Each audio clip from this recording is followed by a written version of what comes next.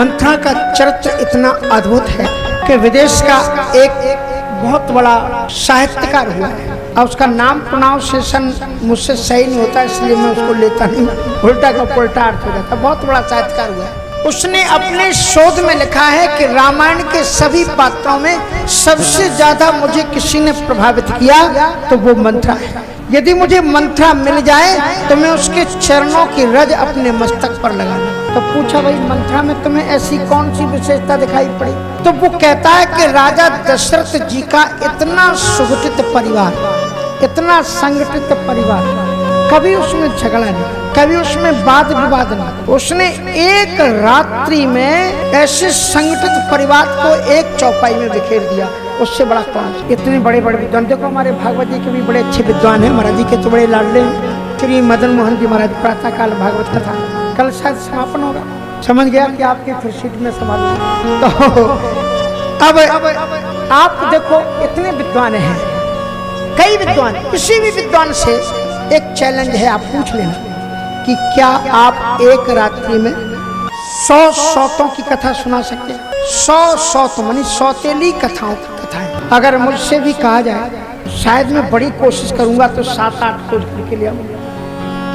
लेकिन उस मंथरा ने पूरी रात में केकई को कितनी कथाएं सुनाई। कैस कथा सत्य सबत 100 सौतों की कथा सुनाई और जय विधि बाण गुरु। क्या गजब की बात। मंथरा का चरित्र, मंथरा का मतलब है जिसने केकई जैसी राम भक्ता के मन को थिर दिया, वो मंथरा है। और ऐसी मंथरा केकई के पास आई तो पहले तो केकई ने फटकारा और कितनी झूठ बोलती।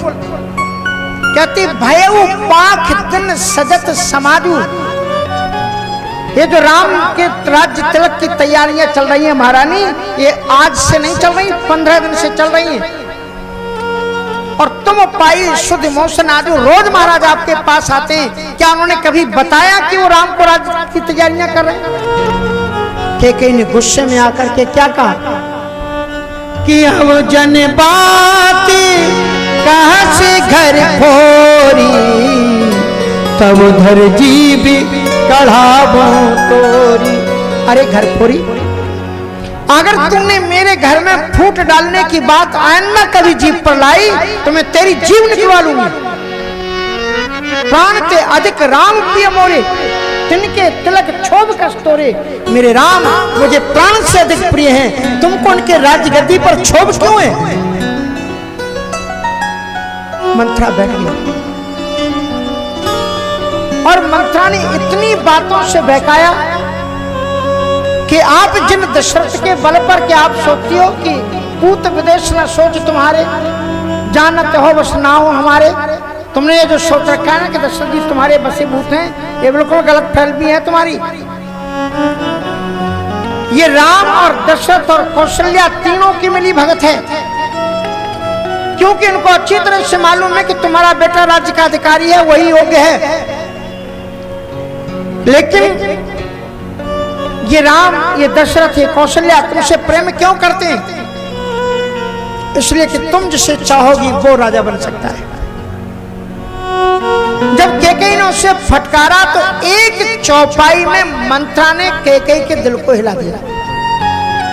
एक चौपाई में, क्या चौपाई बोली उसने ऐसी कि जिससे केकई का दिल बदल गया। चौपाई नोट करो उसकी कि भानु कमल कुल पोषण हारा, भानु कमल कुल पोषण हारा, बिनु जल जा करे सोई छारा, बिनु जल जाने करे सोई छारा। लोगों के दिल में ये गलत फहमी रहती है। लोग सोचते हैं कमल सूर्य से प्रेम करता है और सूर्य कमल से प्रेम करता है। सूर्य को देखते ही कमल विकसित हो जाता है और सूर्य कमल को देखता है तो कमल को ये लगता है मेरे लिए ही उदित होकर के आता है, ये मुझसे प्रेम करता है। लेकिन महारानी ध्यान रखना सूर्य कमल को तभी तक सजीव रखता है जब तक उसके सरोवर में पानी है। सूर्य कमल को नहीं देखता, ये कमल की गलतफहमी है कि वो उसे देख रहा है। वो कमल को देखने के बहाने उसके सरोवर में भरे हुए पानी को पीता रहता है, भाप बनाकर उड़ाता रहता है। और एक दिन जब पूरा पानी उड़ जाता है, सरोवर का पानी सूख जाता है, और जब सरोवर का पानी सूख जाए तो वही सूर्य बिना पानी वाले सरोवर में उगे हुए कमल के साथ में क्या व्यवहार करता है देख लो। बिन जल जार करे सोई छारा। तुम्हारे पास में राज सत्ता का अधिकार है, क्योंकि तुम्हारे पतिदेव ने तुम्हें वचन दिया है तुम्हारे पिताजी को कि तुम्हारा जो पुत्र होगा वो राजा बनेगा। ये राम को भी मालूम है, दशरथ को भी मालूम है, कौशल्या को भी मालूम है, ये तीनों की मिली भगत है। और जिस दिन तुम वो राज सत्ता का अधिकार राम के हाथ में हस्तांतरित करोगी, उसी समय तुम्हारे साथ में पूरा व्यवहार टोटली बदल जाएगा। और जानती हो उसने क्या डर दिखाया कि तुम्हारा जो बेटा भरत है ना, भरत बंदी गृह से ही है, राम लखन के नेव। क्या कहा उसने कि तुम्हारा बेटा जो भरत है वो जेल में डाल दिया जाएगा। अच्छा, उसने भरत का ही नाम लिया, शत्रुघ्न भी तो उनके साथ में रहते, उनका नाम नहीं लिया। क्या गजब की पॉलिटिक्स है। कहते हैं बहुत से लोग तो कहते हैं रामायण में पॉलिटिक्स ही तो है, और क्या है। सुमित्रा जी ने सोचा दो ही पार्टियां हैं, या तो राम की पार्टी है या भरत की पार्टी। सो एक बेटा को कर दिया राम की पार्टी में और एक बेटे को कर दिया भरत की पार्टी में। कौन ने हो, हम तो ठीक ही रहेंगे। इसलिए बोले कि देखो भरत जेल में जाएगा, बोले शत्रुघ्न का कुछ नहीं बिगड़ने वाला, क्योंकि उसका तो एक भाई पहले से ही राम की पार्टी में है, और जी ही वो बनेगा वो लक्ष्मण शत्रुघ्न को तो बचा लेगा, लेकिन तुम्हारा बेटा अकेले जेल में जाएगा। भरत बंद गए सही है, और लखन राम को उनकी 5 उंगलियां घी में होंगी। फिर तुम्हारे साथ जो व्यवहार होगा, जो अगर तुम सेवा करोगी कौशल्या तो ही तुम राजमहलों में रह पाओगी, और अगर सेवा नहीं करोगी तो नहीं रह सकती। केकई ने कहा कि मैं मर जाऊं लेकिन जियत न करो सबत शिव काई। मैं अपने जीते जी सौत की सेवा नहीं कर सकती। अब जरा देखिए कुछ चीजें हैं, आप सुनते तो बहुत रामायण है, मैं जानता हूं खूब अच्छे प्रेमी, ये रामायण का क्षेत्र है। एक आचार्य रामचंद्र शुक्ल जी ने लिखा है, हिंदी साहित्य के इतिहास का, हिंदी साहित्य के इतिहास में लिखा है, अगर भारतवर्ष के सुदूर गांव में जहां पढ़ाई लिखाई अभी भी नहीं है, पर ये बात लगभग 40-50 वर्ष पहले लिखी हुई, सन 98 में तो मैंने पीएचडी की, 98 नहीं, 98 में 93 में तो मैं महंत बन गया, उसके पहले सन 88 में मैंने पीएचडी की। उस समय मैं उनकी पुस्तक पढ़ता था, हिंदी साहित्य का इतिहास, और उन्होंने लिखा है कि अगर सुदूर गांव में चले जाना, शहर से दूर, और गांव में जाकर के अंधेरा आ गया हो, लैंटर्न जल रही है, और लैंटर्न के आस पास में गुल करके 10-15 लोग बैठे हो, सिर में पगड़ी बंधी हो, कभी कभी वो रो रहे हो, कभी कभी हंस रहे हो, मस्ती से झूम रहे हो, उनके बीच में एक पुस्तक रखी हो और दीपक जल रहा हो, तो दूर से अंदाजा लगा लेना कि उनके बीच में गोस्वामी तुलसीदास जी का रामचरितमानस रखा है, और कोई हो ही नहीं सकता जो पढ़े लिखे के ईश्वर को बिना पढ़े लिखे सबको आनंद में मुक्त कर देते। ऐसा ये रामचरितमानस ग्रंथ है। अब महाराज आपने कई बार पढ़ा होगा, पर यहाँ की कुछ बारीकियां आप देखिए। मंत्रा ने केकई को कहा क्या किया जाए, कहा एक काम करो, दो ही वरदान भूषण थाती और मांगा हो आज जुड़ा बहु छाती। 2 वरदान जो थाती के रूप में रखे हुए हैं वो आज आप मांग लो। और वरदान में आप जरा देखिए मंत्रा ने क्या कहा, 2 वरदान, और 2 वरदानों में क्या मांगना वो भी उसने बताया। स्वतः ही राज और राम ही वनवास। अपने बेटे के लिए राज्य मांगो और बेटे के लिए वनवास, दूसरे कौशल्या के बेटे के लिए वनवास। फिर मंत्रा ने तो यही बताया था ना कि राज्य मांगो और वनवास, तो बीच में 14 वर्ष कहां से आए, क्योंकि मंत्रा ने तो नहीं बताया। आप देख लेना रामायण पढ़कर, मंत्रा ने कहा था कि 14 वर्ष। अब जब वनवास मांग, जब वरदान मांग ही रहे हैं, तो फिर क्यों कंचक बुलाओ दोबारा लौट करके। हमारे बनारस के कवि भी बड़े बेजोड़ हुए, एक हमारे बनारसी सांड, उनका नाम था बनारसी सांड, उन्होंने एक कविता लिखी, काहे राम जी अब आप भूल करके कहीं कलयुग में मत आना, वो त्रेता अच्छा था। बोले क्यों? बोले अब की बार श्री राम जो आई हो तो रहनो परे है बाड़े में, अगर अब आप कलयुग में आ गए तो सारी जिंदगी 14 वर्ष नहीं, सारी जिंदगी आपको जंगल में ही गुजारनी पड़ेगी, क्योंकि रावण से लड़वे के कारण, रावण से लड़वे के खातिर बानर मिले हैं भाड़े में, अब की बार श्री राम जो आई हो तो रहनो पर है बाड़े में।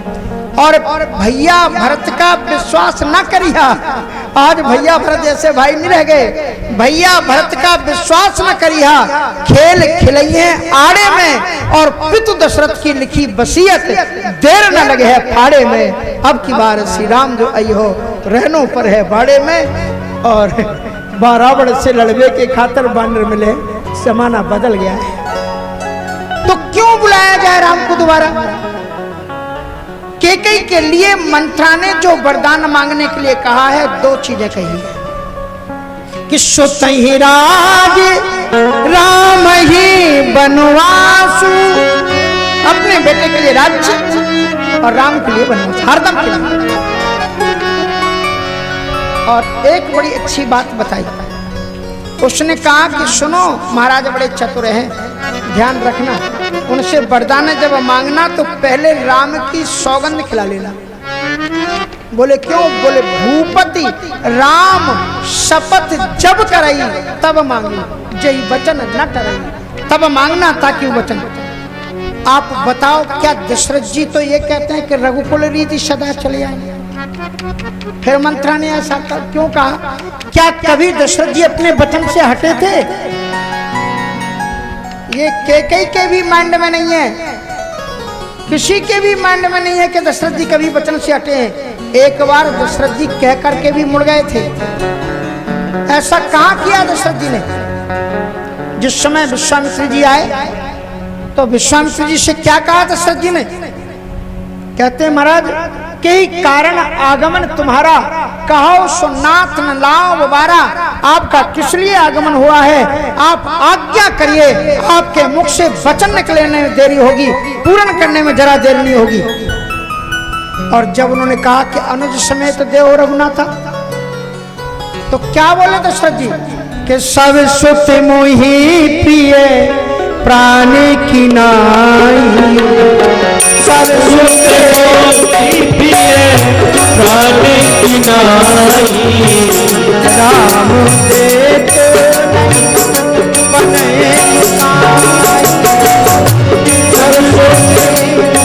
प्रिय प्राण की नाई, राम देत नहीं बने गुसाई। बदल गए कि नहीं? कह रहे थे रघुकुल रीति सदा चलाई, कह रहे थे वचन निकलेंगे हम देर नहीं करेंगे, कहो सुनाथ न लाओ 12, और अब क्या कह रहे हैं? बोले राम देत नहीं बने गोसाई। बोले हमने तो ये सोच करके कहा था कि आप वरदानों के आप पंडित जी हो, इतनी तपस्या करके आप क्षत्रिय से ब्राह्मण बने, तो सोचा ब्राह्मण के स्वभाव भी आ गए होंगे। और ब्राह्मण मांगता क्या है? बोले दो ही चीजें, 2-3 चीजें मांगता है, मांगो भूमि धैनु धन कोसा, आश्रम बनाना है तो आश्रम के लिए जगह दे दें हम आपको, अगर यज्ञ के लिए गाय चाहिए तो गाय आप ले लो मुझसे, धन कोसा अगर मांगना है तो आप धन संपत्ति मांग लो, लेकिन आप तो हमारे मोड़ा मांगने आ गए। अब महाराज बताओ, मांगा भूमि धैनु धन कोसा, सर्वस्व देहु आज सरोसा, और दे प्राण ते प्रिय कछु नाही, सो मुनि देव निमिष एक माही, लेकिन राम देत नहीं बने गोसाई। स्पष्ट रूप से वो तो वशिष्ठ जी बीच में पड़ गए, तब वशिष्ठ बहु जी समझावा, निसंदेह, नहीं तो महाराज मामला गड़बड़ी था। इसलिए मंत्रा ने कहा कि महाराज राम के नाम पर बदल भी सकते हैं, वचन भी तुम्हारे टूटे जा सकते हैं, इसलिए राम की सौगंध करा लेना हमसे। भूपति राम शपथ जब करई तब मांगे हुई वचन न करई, राम की सौगंध करा। मंत्रा ने पूरी, मंत्रा को क्या कहा गया? बोले महाराज हम लोग जगत गुरु होते हैं, हम लोग क्या लगते हैं? जगत गुरु। और मंत्रा कौन है? मंत्रा के लिए कहते हैं कोटि कुटिल मन गुरु पढ़ाई, करोड़ों करोड़ों गुरुओं को कूट करके फिर एक मंत्रा तैयार की गई है। क्या गजब की रामायण में व्याख्या है। कोट कुटिल मन गुरु पढ़ाई, ये केकई मंत्रा की चेली है और करोड़ों गुरुओं की, कुटिल गुरुओं की, करोड़ों कुटिल गुरुओं के द्वारा ये पढ़ाई गई है। अब देखो वो आकर के लेट गई है भूमि पर। दशरथ जी महाराज सांझ समय सानंद नप गए केकई गे, सभी को सूचना दे दी गई। पर दशरथ जी जानते थे कि सूचना से सबसे ज्यादा सुख किसको मिलेगा, केकई को। इसलिए केकई को सरप्राइज वो खुद देना चाहते थे। उन्होंने कहा केकई को कोई नहीं बताएगा, केकई को मैं खुद बताऊंगा। और जब सांझ ढल गई, व्यवस्था करते करते तब प्रवेश करते, सबसे पहला नजारा उन्होंने अपने महलों का देखा कि दीपक सारे बुझे हुए थे, अंधियारा छाया हुआ। तो दशरथ जी सोचते हैं ये मौज के आनंद के पलों में ये अंधेरा क्यों। तो केकई ने दीपक क्यों बुझवा दिए, जरा इसका एक भाव देखिए। केकई ये सोचती है कि हे रघुनंदन राम, हे लाडले राम लला राम, कल की जो आपकी रात्रि होगी भयानक रात्रि होगी, अंधेरी रात्रि होगी, न जाने कहां तुम अंधियारी रात में सो रहे होगे। लेकिन तुम्हारे जीवन में कल अंधियारी रात ये मेरी माँ, तुम्हारी माँ लाएगी। यह अभागिन माँ केकई के कारण तुम्हारे जीवन में कल की रात अंधियारी रात होगी। तुम्हें आज ही अपने महलों के दीपक को बुझा करके आज ही अपने महल में अंधियारा बुला लेती। तुम्हारे जीवन में कल अंधेरा आएगा, तुम्हें आज अपने महलों में अंधेरा बुलाती है। उसने अपने आभूषण उतार दिए, दिए दिए डार तन भूषण नाना। केकई ने आभूषण भी इसी भाव के साथ उतारे हैं कि हे राजीव लोचन, कल आपके सुकोमल अंगों से सुशोभित होने वाले आभूषणों को उतारा जाएगा। इसलिए कल अगर आपके सुनहरे वदन से आभूषण उतरेंगे, मैं उस दुख में आज ही अपने अंग के आभूषणों को उतार करके फेंक देती है। दिए डार तन भूषण नाना, और क्या पहना हुआ उसने, पटु मोट पुराना, मोटे और पुराने वस्त्र। कह राजीव लोचन, कल तुम्हारे रेशमी वस्त्र उतरेंगे, तुम्हें आज ही अपने रेशमी वस्त्रों को उतार करके फेंक देती हूँ। और मोटे मोटे कपड़ों को केकई धारण करके लेट जाती है। और दशरथ जी का आगमन होता है। और दशरथ जी महाराज देखते हैं, पूछते हैं कि महारानी कहाँ है। बोले को भाव, एक बात बताएं, पुराने जमाने में घर के पूरे वाइब्रेशन किसी को खत्म नहीं करने देते थे, क्योंकि अगर माताएं चाहें तो घर में पोछा लगाने की जरूरत नहीं होती। एक कोने में बैठ करके रोएंगी, फिर वहां मनाने जाएंगे तो वहां से उठेंगे तो वहां पोछा गंगा जमुना, फिर वहां जाएंगे, फिर दूसरे कोने में, फिर तीसरे कोने में, फिर चौथे कोने में, पूरे घर में पोछा लग जाएगा। सो पुराने जमाने में एक अलग से भवन बनाया जाता था कि अगर रोना गाना हो ना तो पूरे आंगन में मतासू बिखेरो, उसमें जाकर के बैठ जाओ, उसमें बैठ जाओगे तो तुम्हारा हो गया। अब महाराज वही किया गया, कोप भवन। अच्छा बताओ, आजकल कोप भवन होता है क्या? आजकल है कोप भवन, हमने उसकी भी पीएचडी की, आजकल भी कोप भवन होता है। आजकल भी कोप भवन है। दिल्ली में जो जंतर मंतर है ना, वो क्या है? दिल्ली में न्यूज सुनते रहते हैं ना जंतर मंतर का नाम, कि वहां केवल 4 लोगों को ले जाकर के बैठ जाओ, मीडिया अपने आप आपके पास में आ जाएगी। बोलो क्या बात, क्या कहना चाहते? तो जंतर मंत्र चीज लिए है, जब तुम्हें कोप प्रकट करना है तो वहां चले। तो कोप भवन सुन सक्षु राहु, आगोड़ पाऊ न परे न पाऊ। और उसके बाद में केकई को महाराज दशरथ जी मनाते हैं, हे पुरानी रिसार पर पानी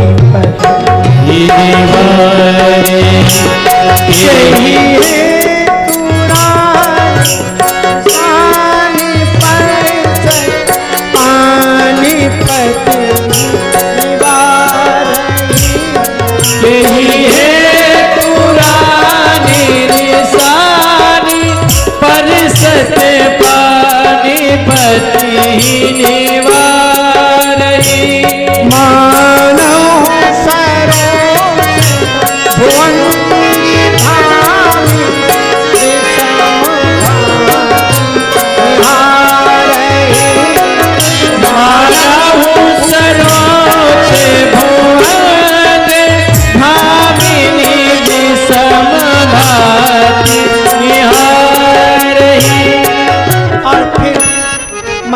केकई उनसे 2 वरदान मांगती है।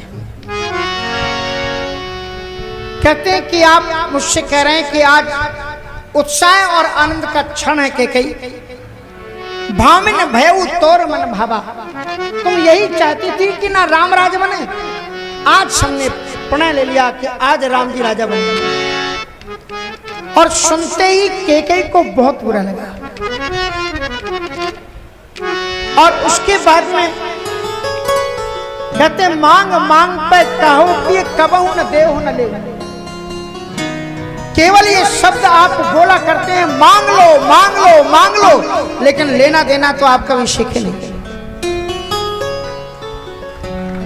एक बार मैंने जब आपकी सेवा की थी, एक बार जब मैंने आपकी सेवा की थी, उस समय आपने 2 वचन देने के लिए कहे थे, आज तक आपने वो 2 वचन दिए? जब वो 2 वचन मिले नहीं तो अब मैं क्या मांगू? तो दशरथ जी महाराज ने कहा कि आज राम के राज्य का अवसर है, इसलिए आप शोक न मनाएं। दुई के 4 माग मक लेहू और झूठे ही हमें दोष जन दे। आप 2 की जगह 4 वरदान मांग लो।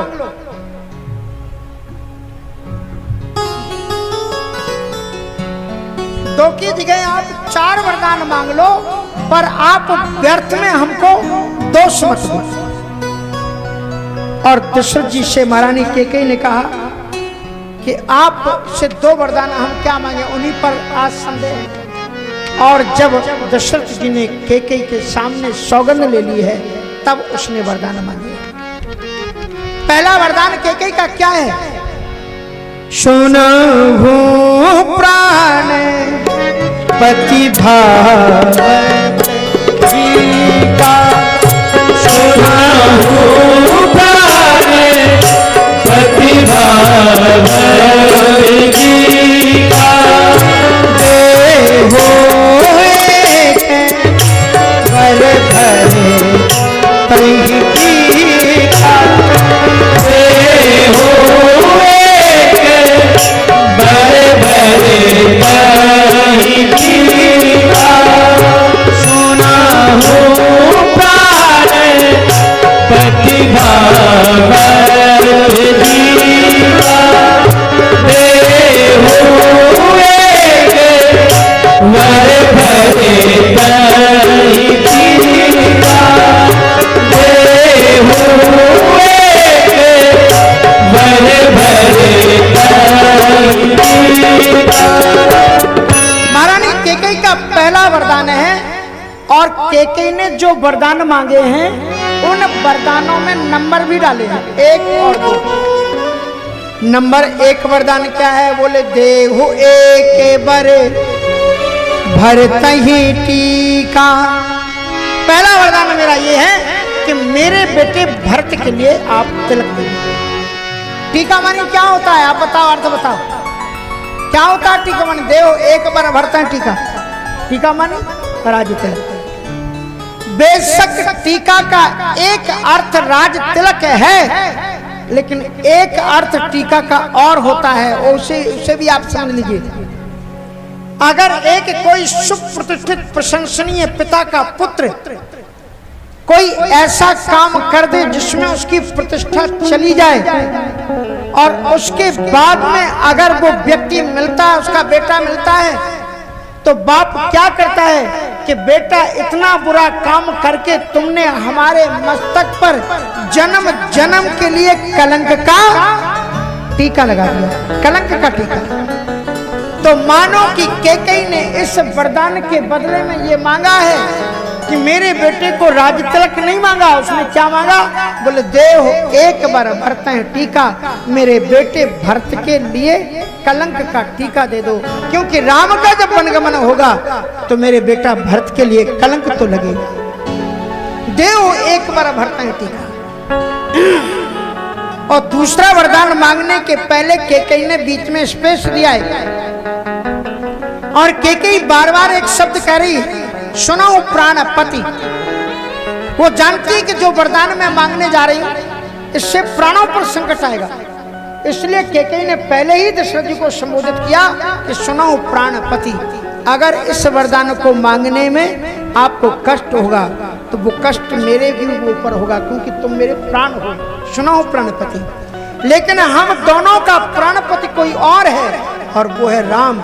ये उसके भानी की बात है, भावत जी का, उसने मुझसे वरदान मांगा है, इसलिए मैं आपसे मांग रही हूँ। सुना हो प्राण प्रिय भावत जी का, देव एक बार भरते हैं टीका। और फिर विनम्रता देखिए, दूसर बर मांगो कर जोरी। और सुना हो प्राण प्रिय विनती, फिर उसमें प्राण प्रिय का। और दूसरा वरदान क्या है कि तापस विशेष उदार, तापस विशेष उदासी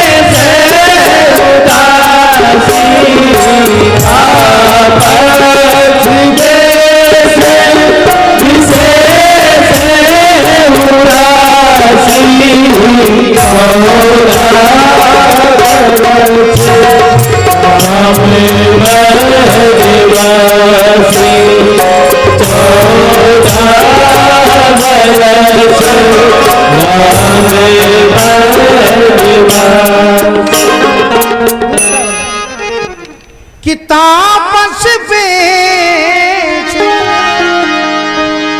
उसने यूनिफॉर्म भी बताया कि राम ऐसे नहीं चले जाएंगे, उसके वेश को निर्धारित किया है। यूनिफॉर्म है तो इस ड्रेस में जाएंगे। क्यों? अगर वो राजकुमारों वाली ड्रेस में चले जाते तो क्या दिक्कत थी? अरे 10 दिन जहां से शैम्पू नहीं मिलता, साबुन नहीं मिलता, साबुन कपड़े नहीं धुलते, अपने आप तपस्वियों के कपड़े हो जाते।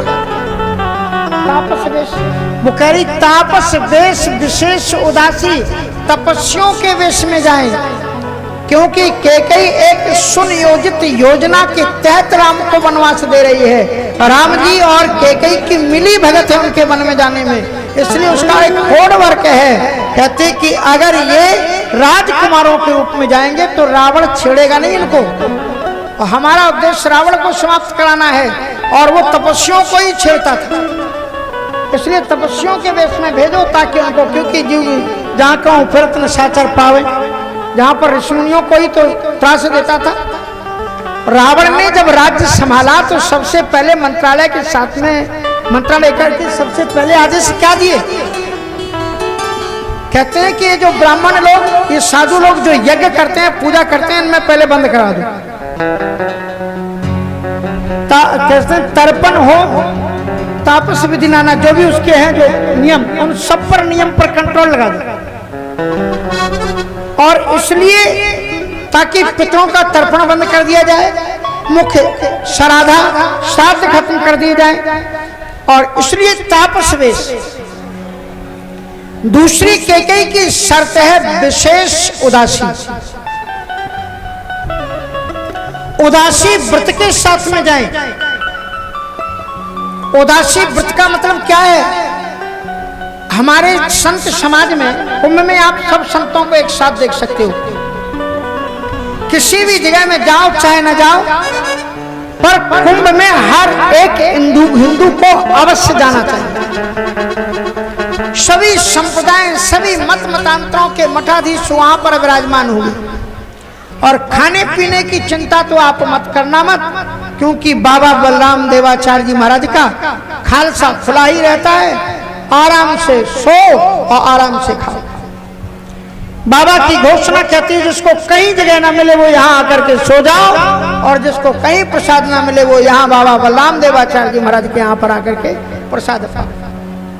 इतना उदार, इतना कर्मनिष्ठ, इतना संत सेवी, इतना आतिथ्य सेवी, गौ सेवी संत दुनिया में मिलना आपको दुर्लभ है। ये नए गांव का सौभाग्य है कि ऐसे माटी के सपूत को इस धरती ने जन्म दिया है, जो हर एक जगह पर, क्योंकि मैंने आपको पहले दिन बोला था, कुलम पवित्रम जननी कृतार्था वसुंधरा पुण्यवती चतेनो अपार संबित सुख सागरेस्मिन लीनम परे ब्रह्मणि यश चेता।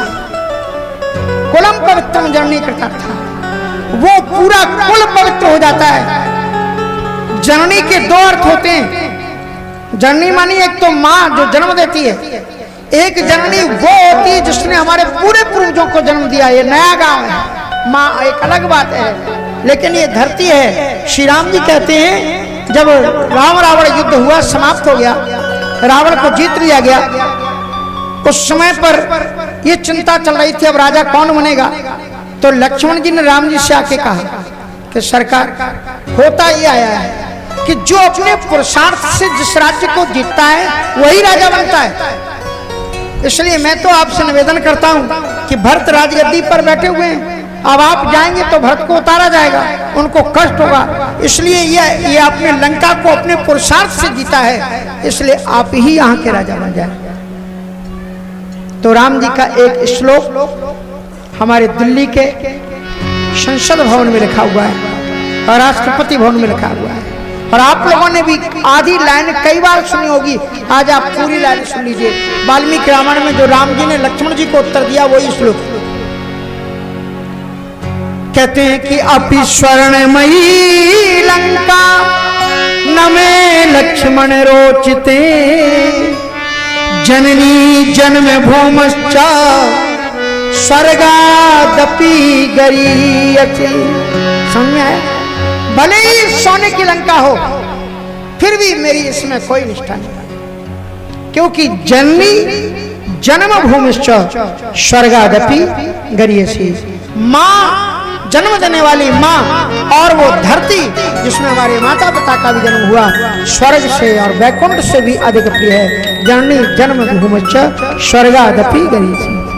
यद्यपि सब, राम जी कहते हैं, यद्यपि सब वैकुंठ बखाना वेद पुराण विदित जग जाना, लेकिन अवध परिसम प्रिय नहीं सो, यह प्रसंग जाने को। एक शब्द यहाँ पर महाराज जी बोलते हैं, हम गौर करते हैं महाराज थोड़ी थोड़ी बात। एक शब्द बोलते हैं कि आपके चरणों में नमन करते हैं। ये शब्द ये बाहर कहीं नहीं बोलते हैं, ये शब्द ये जन्मभूमि है। अति प्रिय मोह यहाँ के वासी मम धामदा पूर्ण सुखासी।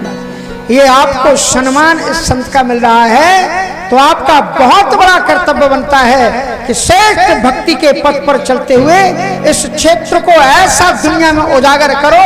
और यहाँ जब भी नया पूरा गांव नाम लिया जा रहा है तो केवल एक गांव के लिए नहीं है, जिन जिन गांव से आकर के लोग बैठे हुए हैं उन सभी लोगों के लिए नया गांव है, नई श्रद्धा है, नई भक्ति है, नई अनुरक्ति है, नई साधना है, नई भावना है, नई उद्भावना है, सब कुछ मिलाकर के नया गांव है। आप सब अपने आप में नए गांव के बन जाओ, अपने विचारों को नया कर लो, अपने संस्कारों को नया कर लो, अपने राष्ट्र पथ को आप नया कर लो। इसी के लिए संत यहाँ पर बैठा हुआ है। कल मैंने आपको बताया था, मैं कमरे में गया, महाराज लोग एसी के बिना नहीं रहते।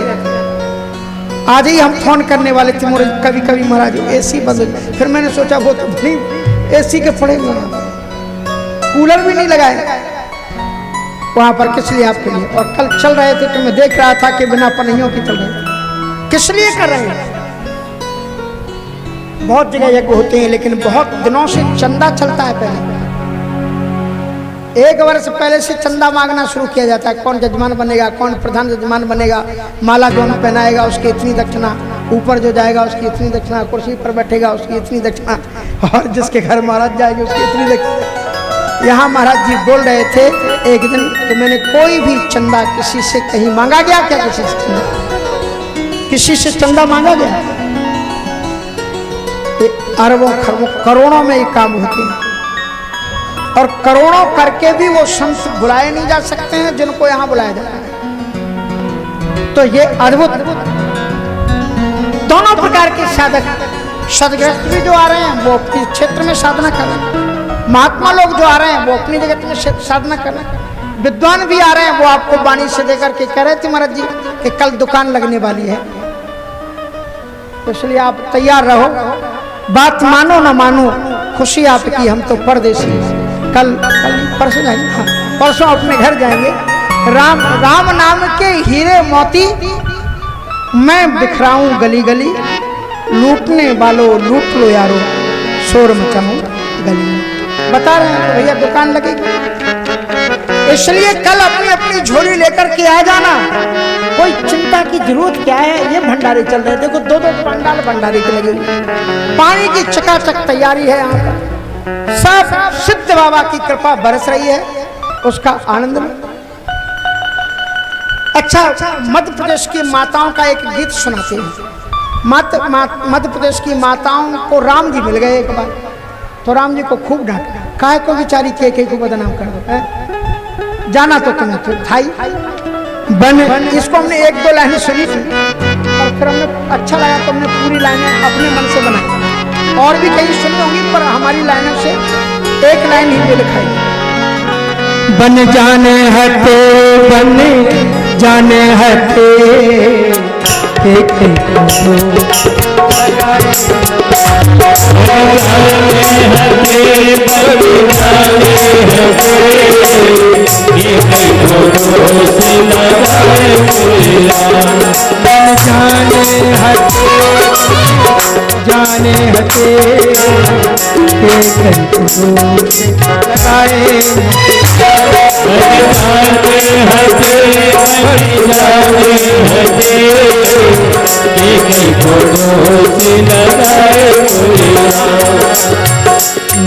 से रचे के राज दुलारे, दशरथ के राज दुलारे, दशरथ के राज दुलारे, दशरथ के राज दुलारे, कौशल्या नंद के तारे, कौशल्या नंद के तारे, तुके निभाने हटे, निभाने हटे,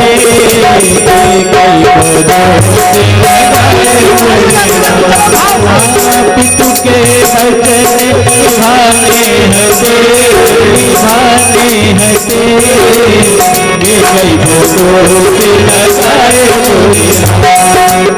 एक बात बता दें आपको, फिर आप ताली बजाओगे, ऐसे आप बजाओगे नहीं, हमको समझ में आ गया। एक बार क्या हो रहा था कि एक हम वाराणसी में रहे और वहाँ पर रहते थे मणिकर्णिका घाट के पास में एक ब्रह्मणाल में, वहीं से मुर्दे पूरे आप बैठे और लगातार अखंड मुर्दे जलते हैं वहाँ पर। तो रात में चले जा रहे थे और वो वहाँ के जो राम नाम सत्य बोलते हैं, ऐसा कोई बोल नहीं सकता, तो एक मुर्दे को लेकर के लोग चले जा रहे थे और साथ के लोग कहते जाते राम नाम सत्य है, सत्य बोलो गत्य है, राम नाम सत्य है, कहते जा रहे। एक महात्मा आ गए सामने, कहा सुनो सुनो मेरी एक बात, ध्यान से सुनना मेरी बात, सुनो सुनो मेरी एक बात सुनो। बोले क्या बात सुनो, दिखाई नहीं पड़ रहा है? बोले नहीं वही तो पूछना है यार, तुम सब लोग तो बोल रहे हो कि राम नाम सत्य है, लेकिन जो तुम्हारे ऊपर में ये जो चार कंधों पर लेटा हुआ चला जा रहा है, ये क्यों नहीं बोल रहा है? कहा बाबा तुम भी बावरी हो, अरे तुम्हें पता नहीं ये कैसे बोलेगा, इसके तो प्राण चले गए, ये कैसे ताली बजाएगा, इसके तो हाथों में दम है ही नहीं, हम नहीं कहते। बाबा जी आए और उन्होंने तुलसीदास जी ने चौपाई लिखी, क्या कि राम भगति जिन हृदय न आनी,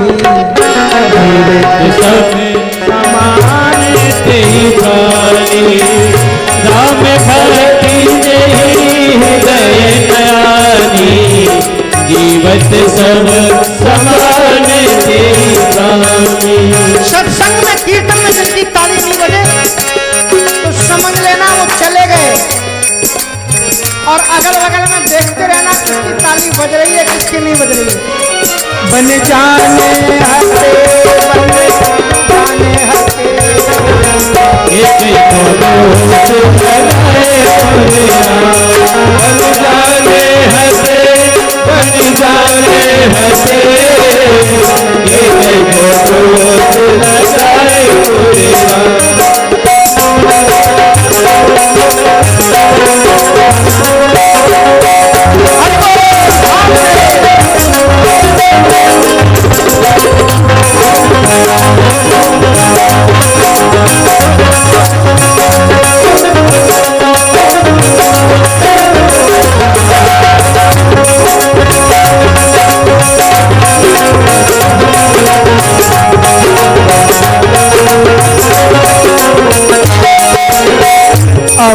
छोड़ प्रभु बन को आए, अब छोड़ प्रभु बन को आए, अब छोड़ प्रभु बन को आए, अब छोड़ प्रभु बन को आए, बोल भील सबके मन भाए, वीर सबके मन भाए, केवट पाप भुलाने हटे, भुलाने हटे, जाने हटे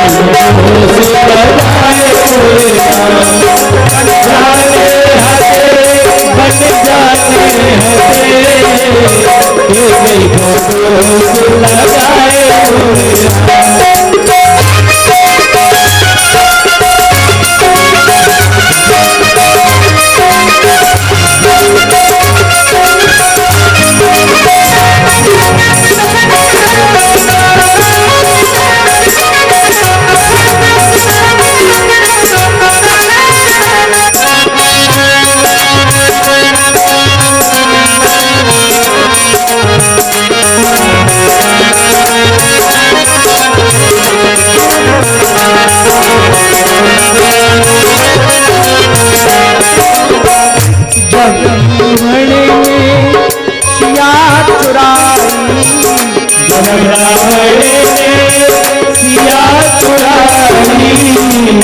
रावण ने सिया चुराई, जब रावण ने सिया चुराई, बन बन भटके प्रभु रघुराई, बन बन भटके प्रभु रघुराई, सभी के टूटे से खाने हटे, खाने हटे,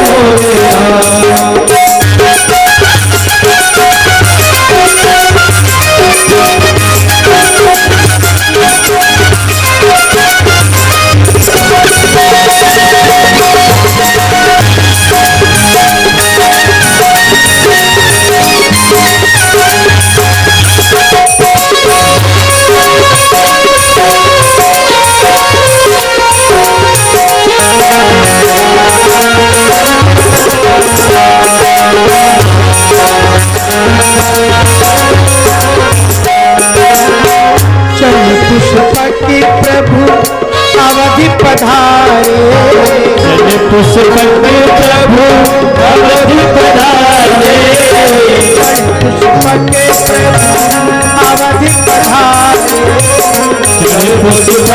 प्रभु अवधि पधारे, जय राजा राम हमारे, राजा राम हमारे राम राज्य जगी लाने हटे तुमसे बजाए बन जाने हटे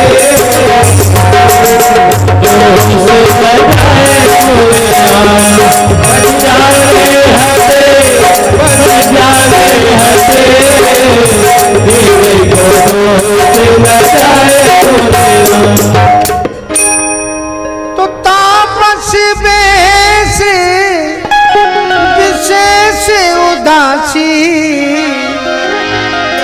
तपस्या के वेश में रहेंगे। अभी हम चर्चा ही कर रहे थे कि कुंभ में आप जरूर आओ, और महाराज जी ने कुंभ यहीं पर बुला दिया। आपके लिए संत पधारे, इनकी कद काठी देख करके आपको पता लग ही गया होगा कि ये अखाड़े के वही लोग हैं जो करोड़ों करोड़ों संतों को संभालते हैं। हमारे बीच में श्रीमद् वृंदावन धाम की पावन भूमि से कांगड़ा पीठाधीश्वर जगतगुरु शंकराचार्य जी महाराज पधार रहे हैं। उनका अभिनंदन और स्वागत कीजिए करतल ध्वनि के साथ में। और हम लोग तो पड़ोसी हैं, इसलिए और भी स्नेह प्रेम है। तो जय हो। श्रीमद् जगतगुरु शंकराचार्य कांगड़ा पीठाधीश्वर श्री शारदानंद सरस्वती जी महाराज मंचासीन हो रहे हैं। बोलो शंकराचार्य भगवान की। ये जो आपके बैठे हुए संत लोग हैं ये साधारण नहीं है, अयोध्या से आए और आप इनकी कद काठी देख रहे हैं ना। जो लोग कहते हैं ये हमारे ऐसे महात्मा नहीं कि जिनके पेट आगे निकले हो तो छाती पीछे हो, इनकी छाती भी आगे और पेट भी आगे, दोनों बराबर संतुलित बराबर। इसलिए ऐसे पूज्य महापुरुषों के बीच में थोड़ी सी एक आध बात करते हुए और अब हम इस मंच को बहुत जल्दी महाराज जी को सौंपेंगे। और वो विशिष्ट बात यह है कि वो कहते हैं तापस वेश विदेश। आप देखेंगे कुंभों में हमारे यहाँ एक संप्रदाय भी होता है, उदासीन संप्रदाय।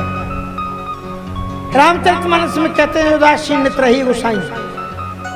इसलिए राम जी को ये व्रत दिया है कैकेयी ने कि आप उदासीन व्रत लेकर के जाएंगे। उदासीन का एक अर्थ ये होता है कि संग्रह वृत्ति का त्याग, अर्थात राम को संग्रह नहीं करना है। राम जी एक ऐसे महापुरुष हैं, ये जहां खड़े हो जाएंगे अनेकों राज्य इनके चरणों में निछावर हो जाएंगे।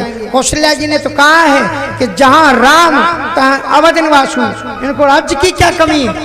इसलिए विशेष उदासी, आपको राजा कहीं नहीं बनना है, क्योंकि राजा तो आप यहीं के बनेंगे।